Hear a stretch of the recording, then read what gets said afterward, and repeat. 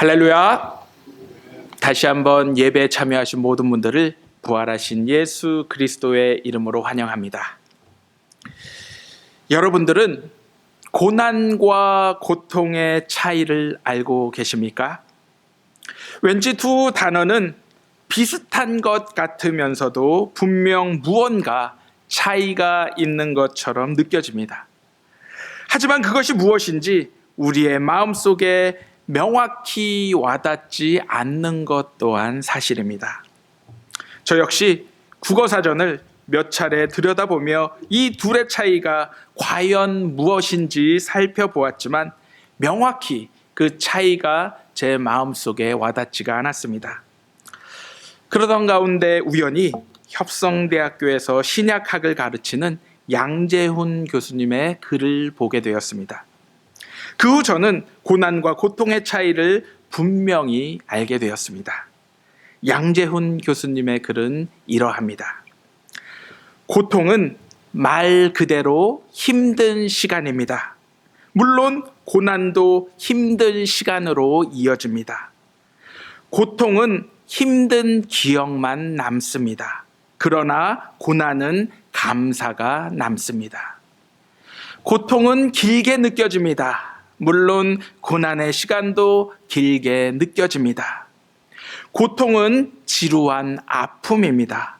그러나 고난은 뜻깊은 아픔입니다. 고통은 나를 쓰러지게 하지만 고난은 나를 세워줍니다. 고통은 나의 아픔으로 다른 이들에게 상처를 주지만 고난은 나의 아픔으로 다른 이들을 치유하게 합니다. 고통은 세상을 바라보는 것이지만 고난은 하나님을 바라보는 것입니다. 고통은 슬픔과 눈물을 남기지만 고난은 기쁨과 감사의 찬송을 남깁니다. 고통에는 편안이 없습니다. 그러나 고난에는 편안은 없어도 풍성한 평안이 있습니다.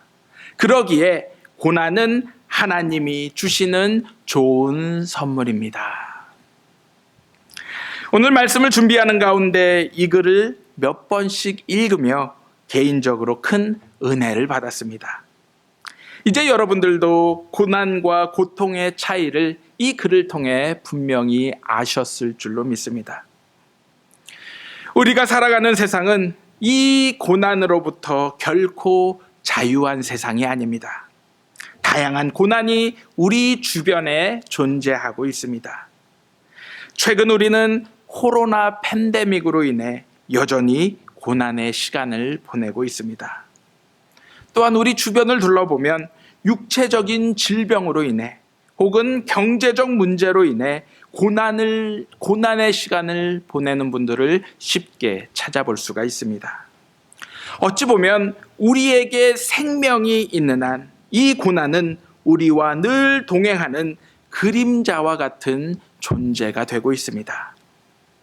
그렇다면 우리는 이 고난에 대하여 어떠한 자세를 취해야겠습니까? 오늘 우리에게 주신 고린도 후서의 말씀은 우리가 고난의 늪속에서 어떻게 헤쳐나가야 하며 이 고난을 궁극적으로 이기는 힘을 어디에서 얻을 수 있는지 분명히 말씀하고 있습니다. 먼저 세상 사람들의 모습을 보면 각자 자신이 추구하는 것을 향해 힘껏 달려가고 있음을 우리는 발견하게 됩니다. 대부분의 사람들은 세상의 부와 명예, 권력과 인기, 그리고 쾌락을 추구하며 살아갑니다. 그리고 이들은 그러한 삶이 자신들에게 큰 행복을 가져다 줄 것이라 믿고 있습니다. 그러나 어느 순간 자신이 원했던 것을 비로소 가지게 되었을 때 이들은 큰 기쁨과 동시에 깊은 허무감을 느끼게 됩니다. 왜냐하면 세상에 아무리 좋은 것이라 할지라도 그것이 주는 기쁨은 잠시이기 때문입니다. 이로 인해 이들은 자신 안에서 끊임없이 솟아오르는 갈급함을 채우고자 불안과 두려움 속에서 다른 만족을 오늘도 찾아 헤매고 있는 것입니다. 그런데 오늘 본문에서 사도 바울은 세상에 좋은 것이 아닌 세상과 다른 것을 붙잡으라라고 우리 모두에게 말씀하고 있습니다. 왜냐하면 그리스도인들은 세상 사람들과 다른 것을 보고 다른 것을 추구하는 사람들이기 때문입니다. 여기서 사도 바울이 믿고 의지하는 것은 다름 아닌 복음이었습니다. 이 복음은 우리로 먼저 예수 그리스도와 함께 죽게 할 뿐만 아니라 우리와 예수 그리스도가 다시금 살아나게 하기도 합니다. 그러므로 우리는 이 복음을 통해 늘 예수님과 함께하는 존재란 사실을 기억하게 되는 것입니다. 바로 복음은 믿음의 주요 또한 우리를 온전케 하시는 이인 예수 그리스도를 끊임없이 바라보게 하는 힘과 능력이 되고 있는 것입니다. 그러므로 세상이 아닌 하나님의 독생자 아들이신 예수 그리스도께 믿음과 신뢰를 두는 인생은 숱한 고통이 이제는 고난이 되는 기적을 맛보며 그것을 능히 이기게 되는 것입니다. 더 이상 낙심하지 않게 되는 것입니다. 국어사전에 보면 낙심의 뜻은 바라는 일이 이루어지지 아니하여 맥이 풀리고 마음이 상함이다라고 풀이하고 있습니다. 앞서 언급한 양재훈 교수님의 글과 같이 우리는 예수 그리스도의 복음을 통해 우리의 고통이 고난이 되어 이제는 감사가 되며 나를 세워주는 능력이요 다른 사람들을 치유하는 힘이 되고 있는 것입니다. 또한 하나님만을 바라보며 기쁨과 찬송을 드리고 주님이 주시는 평안 속에 늘 거하게 되는 선물로 우리에게 주어지고 있는 것입니다. 바로 이 모든 일이 가능한 이유는 우리의 영원한 생명은 오직 예수 그리스도 안에 그리고 예수 그리스도를 통해 주어지기 때문입니다. 그러므로 우리 모두는 이제부터 눈에 보이는 세상의 가치가 아닌 보이지는 않지만 우리 안에 힘과 능력이 되시는 예수 그리스도를 믿는 믿음을 통해 고난의 은혜에 참여함으로써 이 모든 것들을 능히 기쁨과 감사함으로 이겨내는 삶을 살아가시기를 주님의 이름으로 기도합니다. 우리가 사는 세상은 보이지 않는 것보다 당장 눈앞에 보이는 것에 더 가치를 두는 세상입니다. 이러한 이유로 세상 사람들 앞에서 잘 보이기 위해 우리는 좋은 차를 타고 싶어 하고 좋은 명품을 가지고 다니며 자랑하고 싶어 하고 심지어 외모를 아름답게 꾸미기 위해 성형수술을 수십 번 하는 이들도 있습니다. 하지만 이 모든 것들은 영원할 수가 없습니다.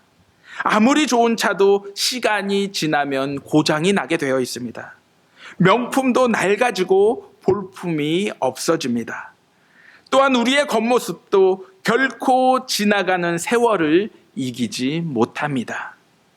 다시 말해 우리의 겉사람은 시간이 지날수록 낡고 병들고 허물어지는 것입니다. 하지만 우리의 속사람은 이와 다릅니다. 여기서 사도 바울이 말하는 속사람은 완전한 존재, 하나님 앞에서 흠이 없는 존재가 아닙니다. 오히려 부족하고 나약하지만 완성을 향해 하나님의 말씀에 순종하며 나아가는 모습을 상징하고 있습니다. 이 속사람은 얼마든지 세월이 지나도 낡거나 병들지 않을 수 있습니다. 다시 말해 우리의 속사람이 예수 그리스도와 인격적인 만남을 통해 매 순간 동행하는 삶을 살게 되었을 때 우리는 지속적으로 예수 그리스도께서 주시는 은혜 안에서 새로워질 수가 있는 것입니다. 이러한 이유로 사도 바울은 옛사람을 버리고 새사람을 입으라라고 지속적으로 말씀하고 있습니다. 즉 옛사람은 예수 그리스도를 구주로 영접하기 이전의 욕심과 하나님의 뜻에 역행하는 세상의 가치관으로 살아가던 우리의 모든 모습을 이야기합니다. 하지만 새사람은 하나님의 은혜로 그리고 하나님의 뜻대로 살아감으로써 이제는 하나님의 능력을 맛보며 그분과 매 순간 동행하는 모습을 말하고 있습니다. 이 모습은 다름 아닌 속사람의 모습인 것입니다. 이제 이 속사람은 스쳐 지나가는 것이 아닌 보이지는 않으나 영원한 영광을 추구하는 삶을 살아가도록 우리를 이끌고 있습니다. 그리고 영원한 영광을 추구하면 추구할수록 하나님의 크신 능력으로 말미암아 매 순간 새롭게 변화되는 생명을 경험하게 되는 것입니다. 그러므로 믿음의 성도들은 예수 그리스도를 믿는 믿음 안에서 그리고 예수 그리스도께서 주시는 힘과 능력을 통해 이제는 고통이 아닌 고난의 영광에 참여하여 매 순간 하나님과 동행하며 그분께 기쁨과 영광의 삶을 살아가시기를 다시 한번 예수 그리스도의 이름으로 기도합니다. 마지막으로 우리 모두는 하나님의 때가 되면 역사의 뒤안길로 사라지는 인생들입니다. 하지만 보이는 것에 집착하는 삶을 살다 보면 마치 우리는 이 땅에서 천년 만년 살 것과 같은 착각에 빠질 때가 있습니다. 그래서 우리는 이 땅의 장막을 더욱 넓히고 아름답게 꾸미며 자랑하는 일에 집중하면서 장차 우리에게 다가올 보이지 않는 미래를 준비하지 않습니다. 그러면서 우리들은 수많은 세상의 광고가 주는 약속들에 속으며 살아갑니다. 건강해진다라는 약을 먹습니다. 예뻐진다라는 화장품을 바릅니다. 편리하다는 가전제품을 구입합니다. 그런데 그러한 약속들은 시간이 흐르면 흐를수록 공허한 구호로 우리들에게 돌아오는 것을 발견하게 될 것입니다. 이제 우리는 무너지는 장막집을 위한 수많은 약속에서 눈을 돌려 이제는 영원한 약속을 추구해야 할 때입니다. 세월이 지나갈수록 세상에 집착을 하면 낙심하게 되어 있습니다. 초라해지게 되어 있습니다. 비참해지게 되어 있습니다. 그러나 영원한 약속을 붙들면 예수 그리스도를 통하여 위로부터 주어지는 은혜와 평강이 반드시 우리와 함께 할 것임을 믿으시기 바랍니다. 사도 바울은 예수 그리스도를 믿을 뿐만 아니라 또한 그분을 위해 함께 고난도 받아야 함을 말씀하고 있습니다. 다시 말해 고난은 그리스도인들에게 선택사항이 아닌 의무사항이 되고 있는 것입니다. 그러므로 우리가 지금 예수 그리스도를 믿는다 하면서도 우리의 삶에 그분을 위한 고난이 없다라면 우리의 모습은 무언가 잘못되어 있는 것입니다. 성경은 우리가 예수 그리스도를 잘 믿으면 모든 환난과 고난에서 면제가 된다라고 말씀하지 않습니다. 오히려 우리에게 다가오는 수많은 환난과 고난들을 그리스도 예수와 함께 능히 이겨낼 수 있음을 지속적으로 증언하고 있습니다. 그러므로 우리 모두는 단순히 우리에게 닥친 환난과 고난을 어떻게든 피하고자 하는 모습이 아닌 예수 그리스도와 함께 그리고 그분이 주시는 힘과 능력을 통해 영원한 약속을 바라보며 고난의 영광에 동참하는 삶을 살아가야 할 것입니다. 우리 모두도 이러한 삶을 담대히 살아가기를 예수 그리스도의 이름으로 기도합니다. 그리스도인들은 세상 사람들과 마찬가지로 똑같이 두 눈을 통해 세상을 바라보지만 전혀 다른 시각으로 세상을 이해하는 사람들입니다. 바로 그리스도인들은 예수님의 마음과 생각을 가지고 세상을 바라보며 이해하는 사람들인 것입니다. 하지만 최근 우리 주변의 그리스도인들을 바라보면 아쉬움과 안타까움이 느껴질 때가 종종 있습니다. 왜냐하면 땅의 것에 취하여 하늘의 것을 버리는 교회의 목회자 그리고 성도들이 있기 때문입니다. 우리가 이러한 실수를 피하기 위해서 반드시 주목해야 할 것은 보이는 것이 아닌 보이지 않는 것으로서 보이는 것은 잠깐이요 보이지 않는 것은 영원한 것임을 다시금 깨달아 알고 우리 삶에서 실천해야 하는 것입니다. 세상의 일시적인 기쁨을 얻기 위해 영원한 기쁨을 포기하는 모습은 그야말로 주인의 재산을 땅에 묻어둔 어리석은 종과 같은 모습과 다를 바가 없을 것입니다. 지금이야말로 우리 모두는 고난의 영광에 참여하기 위해 세상의 좋은 것들을 추구하는 모습이 아닌 생명을 추구하고 하나님의 영원한 약속을 추구해야 할 것입니다. 세상 사람들은 자신에게 닥친 고통 속에서 현실을 부정하며 불평과 불만을 늘어놓을 수 있겠지만 그리스도인들은 자신의 고난 속에서 여전히 자신들과 함께 하시며 그들을 선한 길로 인도하시는 하나님의 손길과 능력을 바라보며 순종할 수 있을 것입니다. 이 시간 우리도 우리의 두 눈으로 가시적인 물질 세계만을 바라보는 삶이 아닌 우리의 고난 속에서 여전히 이 세상을 아름답게 이끌어 가시는 눈에 보이지 않는 하나님의 역사하심을 믿음으로 주목하며 바라보기를 소원합니다. 그리하여 다시금 우리 믿음의 눈을 들어 우리의 생명과 소망 되신 하나님만을 의지하고 바라봄으로써 그분의 기쁨과 영광을 위해 매 순간 힘껏 달려가는 저와 여러분들이 되시기를 예수 그리스도의 이름으로 간절히 기도합니다.